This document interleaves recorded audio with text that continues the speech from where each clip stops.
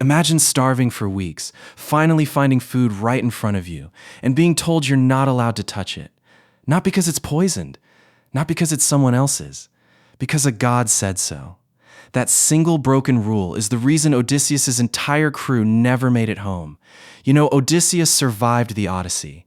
His men didn't. And the reason isn't the Cyclops. It isn't the sirens. It's a herd of cattle. By Book 12 of Homer's epic, Odysseus and his crew were starving, adrift, desperate. They landed on the island of the sun god Helios, where sacred cattle grazed, untouched, glowing, clearly not ordinary livestock.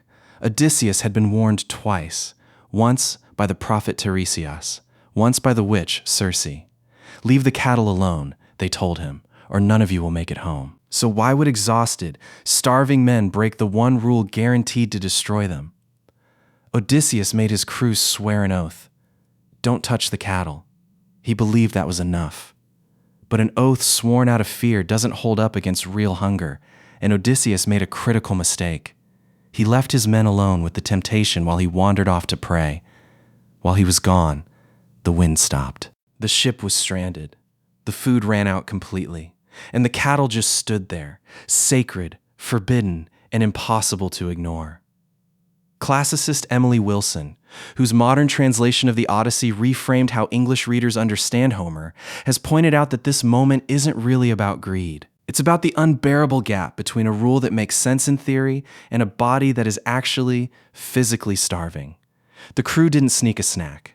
They performed a full ritual sacrifice, roasting the meat properly, as if doing it correctly might somehow make the violation forgivable.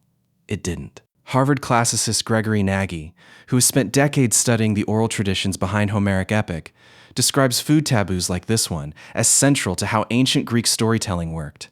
In Homer's world, eating wasn't just survival. It was a statement about your place in the order of things. Sacred cattle belonged to a god. Eating them wasn't just theft. It was a claim that human hunger outranked divine law. That's the part modern audiences often miss. This wasn't a story about bad luck.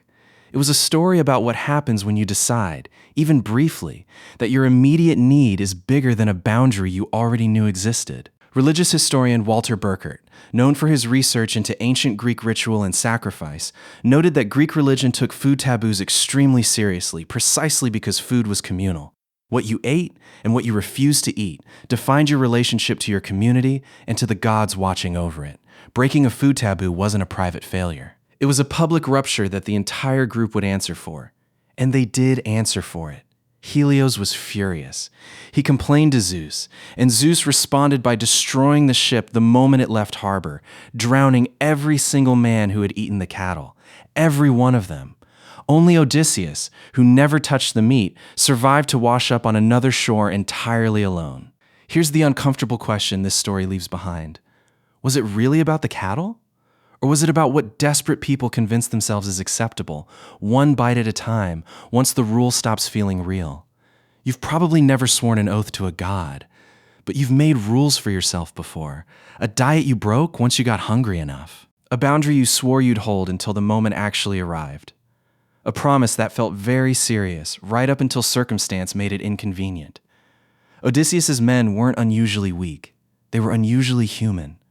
Starving, tired, surrounded by a rule that suddenly felt smaller than their hunger. The gods didn't punish them for being hungry. They punished them for deciding, in that moment, that hungry was reason enough.